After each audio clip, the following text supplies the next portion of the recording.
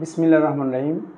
আমি associate professor doctor M A Mannan, consultant medicine, diabetes and gastro liver, SMC hospital, Matuail, Jatrabari, Dhaka. আজকে আমরা আলোচনা করব হিট স্ট্রোক, সমসাময়িক একটা প্রসঙ্গ। অনেক গরম পড়ছে, মানুষ গরমে অস্থির, অনেকে মারাও যাচ্ছে। হিট স্ট্রোকটা কি? যে over heating of the body at 40 degree centigrade temperature অথবা 104 ডিগ্রি ফারেনহাইট টেম্পারেচার। এতে পেশেন্টের কি অবস্থা হয়? পেশেন্ট কনফিউজড হয়ে যায়, অতিরিক্ত সোয়েটিংয়ে তার স্পিচ আস্তে আস্তে কমে যায়, সে আস্তে আস্তে তার মাথা ঘোরায়, অনেক সময় সে অজ্ঞান হয়ে যায় এবং অজ্ঞান হওয়ার পরে মাল্টি অর্গান ফেলিওর হওয়ার কারণে তার মৃত্যুও ঘটে। ওভার হিটিংয়ের কারণে বিশেষ করে লাইফ সেভিং যে অর্গানগুলি আছে সেগুলি ব্রেন, কিডনি, হার্ট এগুলি ফেলিওর হয়ে যায়।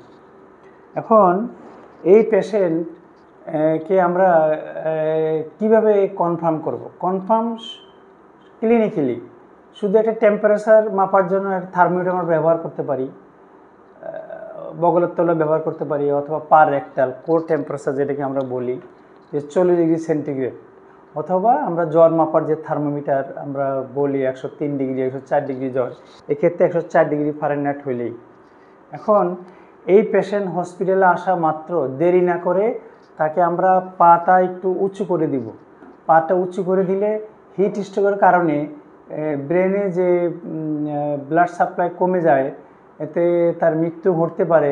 সেটা ব্রেন ব্লাড ফ্লো পাবে এবং রোগীর সাথে সাথে জ্ঞান ফিরবে। অনেকে কী করে বসায় রাখি চিকিৎসা করে, এতে কোনো লাভ নাই।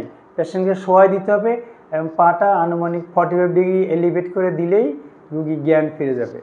এখন যেহেতু ওভার হিটিং তার হয়েছে, সেজন্য তার টেম্পারেচার কমানোর জন্য আমরা তাকে যতটুকু সম্ভব তার কাপড়গুলি খুলে ফেলবো এবং তাকে শোয়ানোর পরে তাকে আমরা পুরা বডি কোল্ড স্পঞ্জিং করব। কোল্ড স্পঞ্জিং করে করে তার টেম্পারেচার কমাবো যতটুকু সম্ভব। আর হলো তাকে যদি খেতে খামারে সে অজ্ঞান হয়ে যায় কাজ করার সময়, তাকে একটা ছায়ায় নিয়ে অথবা কোনো একটা ঘরে নিয়ে এরকম শোয়ায়ে পাটাকে একটু উঁচু করে দিতে হবে, উঁচু করে দিলে তার জ্ঞান ফিরবে। এই পেশেন্টের অনেক সময় ইলেকট্রোলাইট ইমব্যালেন্স হয়, অনেক সময় প্রেশার কমে যায়, তো আমরা প্রেশারটাও মাপতে পারি। এখন কারা এই হিট স্ট্রোকের ঝুঁকিতে থাকে? বিশেষ করে যারা অতিরিক্ত টেম্পারেচারে কাজ করে, রিক্সা পুলার, তারপরে ভ্যান ড্রাইভার, তারপরে নন এসি বাসের ড্রাইভার, এবং যারা খেতে খামারে কাজ করে, যারা রাজমিস্ত্রি বিল্ডিং কনস্ট্রাকশনের কাজ করে, সবাই হিট স্ট্রোকের ঝুঁকিতে থাকে। তো এই হিট স্ট্রোকের ঝুঁকি থেকে বাঁচার জন্য আমাদেরকে যে রোদ্রের মধ্যে যাওয়ার সময় মাথায় একটা ক্যাপ পরতে হবে, অথবা মিনিমাম গামছা মাথায় দিয়ে রাখতে হবে। তারপরে ছাতা ব্যবহার করলে আরও ভালো। তারপরে কাজের পরিমাণ কমাই দিতে হবে। 1-2 ঘন্টা পর পর একটু রেস্ট নিতে হবে, বিশ্রাম নিতে হবে। একাধারে এই উত্তপ্ত গরমে বেশিক্ষণ কাজ করা যাবে না। আর কিছুক্ষণ পর পর পানি খেতে হবে। সবচেয়ে সহজ হলো লভ্য পানি, যে 1 ঘন্টা পর পর 1 কাপ করে পানি খাওয়া। আর ডাবের পানি হলে আরও ভালো হয়। আর হঠাৎ করে ঠান্ডা পানি না খাওয়া। এই অতি গরমে ঠান্ডা পানি খাইলেই তার আবার গলা ব্যথা হয়ে যাবে, কান ব্যথা হয়ে যাবে, ঠান্ডা লেগে যাবে, রানিং নোজ হয়ে যাবে, পরে আবার কাশি হবে, শ্বাসকষ্ট হবে। সেজন্য ঠান্ডা পানি থেকে এড়ানো। তারপরে এই কাজের পরিমাণ কমানোর সাথে সাথে যারা আমরা মর্নিং ওয়াক করি, ডায়াবেটিক পেশেন্ট, হাইপারটেনশন পেশেন্ট, যারা অতিরিক্ত মোটা, ওজন কমানোর জন্য যারা ওয়াক করে, তারা অতি ভোরে হাঁটতে হবে, অথবা সূর্যের তাপ এড়ানোর জন্য সন্ধ্যা পরে হাঁটতে হবে। দিনের বেলায় কাজের পরিমাণ কমাই দিতে হবে। দিনে যতক্ষণ সম্ভব ঘরের মধ্যে থাকা, যাদের অবস্থা ভালো তারা এসির মধ্যে থাকা, যারা সিনিয়র ডক্টর, যারা বিজনেসম্যান, যারা স্বাবলম্বী, দেখা যায় তারা হিট স্ট্রোক বুঝেই না, টেরই পায় না যে বাসায় এসি, গাড়িতে এসি, চেম্বারে এসি, অফিসে এসি। কিন্তু মধ্যবিত্ত এবং গরিবের জন্য এই হিট স্ট্রোকটা অনেক ঝুঁকিপূর্ণ। হিট স্ট্রোক মানুষ মারাও যায়। সেজন্য আমরা এটা থেকে বাঁচার জন্য আমরা কি করব? শরীরকে হাইড্রেটেড রাখবো, পর্যাপ্ত পরিমাণ পানি খাবো।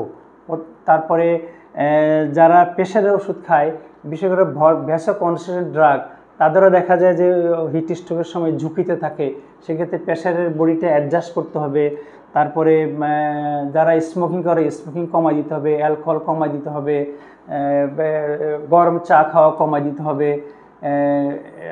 হিট স্ট্রোক তো হয় সাধারণত এই তাপ দেওয়ার সময়। তাপ দেওয়া আমাদের দেশে বেশি দিন থাকে না, কিন্তু যারা মধ্যপ্রাচ্যে থাকে তাদের প্রায় বছর ভরে হিট স্ট্রোকে তারা ঝুঁকিতে থাকে।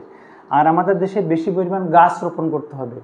দেখা যায় যে এই সাউথ এশিয়াতে, এশিয়ান অঞ্চলে, ভারতবর্ষে যে গাছের পরিমাণ কাট আর হিড়িক পড়ে গেছে, মানুষের বিল্ডিং তৈরি করার পরিমাণ বেড়ে গেছে। গাছ কাটার ফলে এই ওভারহিটিং হচ্ছে। গাছে কি কাজ করে, যে গাছের পাতা আমাদের নিঃশ্বাস দিয়ে যে কার্বন ডাইঅক্সাইড বের হয়, যে কারণে বায়ু উত্তপ্ত হয়, গাছ সেই কার্বন ডাইঅক্সাইড শোষণ করে আর নিজে আবার অক্সিজেন বের করে দেয়। তখন পরিবেশের তাপমাত্রা কমে যায়। সেজন্য বেশি বেশি গাছ রোপণ করতে হবে, গাছ কম কাটতে হবে। আর হলো কলকারখানা, গরমের দিনে কলকারখানাও একটু কমাই নিতে হবে। গার্মেন্টস শ্রমিকদেরও পর্যাপ্ত পরিমাণ ঘরে আলো বাতাস রাখতে হবে, ভেন্টিলেটর থাকতে হবে, দরজা থাকতে হবে, ফ্যান থাকতে হবে, ফ্যানের মধ্যে থাকতে হবে। যতটুকু সম্ভব এই ওভারহিটিং কন্ডিশনে ফ্যান এবং এসির মধ্যে বেশিক্ষণ থাকতে হবে। বাইরের কাজের পরিমাণ কমাই দিতে হবে, বাইরে ছাতা নিয়ে যেতে হবে, টাইট ফিট জামা কাপড়, রঙিন জামা কাপড় পরা থেকে বিরত থাকতে হবে, লুজ ফিটিং জামা কাপড় পরতে হবে, পাতলা কাপড় যেগুলি আমরা বলি বয়েল, সুতি বা এই কাপড়গুলি এই হিট স্ট্রোকের সময় বেশি পরিধান করতে হবে। হিট স্ট্রোক সম্বন্ধে জনগণের সচেতনতা বৃদ্ধি করতে হবে এবং সরকারেরও উদ্যোগ নিতে হবে যেন হিট স্ট্রোকের সময় মানুষের কাজের পরিমাণ কমানো যায়, স্কুল কলেজ ছুটি দেওয়া যায়, আর বেশি বেশি গাছ রোপণ করা যায়। তাহলে আমরা এই হিট স্ট্রোক, যেটা সাধারণত 40 ডিগ্রি সেন্টিগ্রেড তাপমাত্রায় ঘটে, আমরা এখান থেকে পরিত্রাণ পাওয়ার জন্য আমরা নিজেরা সাবধান হব, সচেতন হব, অন্যদেরও সচেতন করবো। Thank you so much. এতক্ষণ আমার কথা ধৈর্য শোনার জন্য আপনাদেরকে ধন্যবাদ।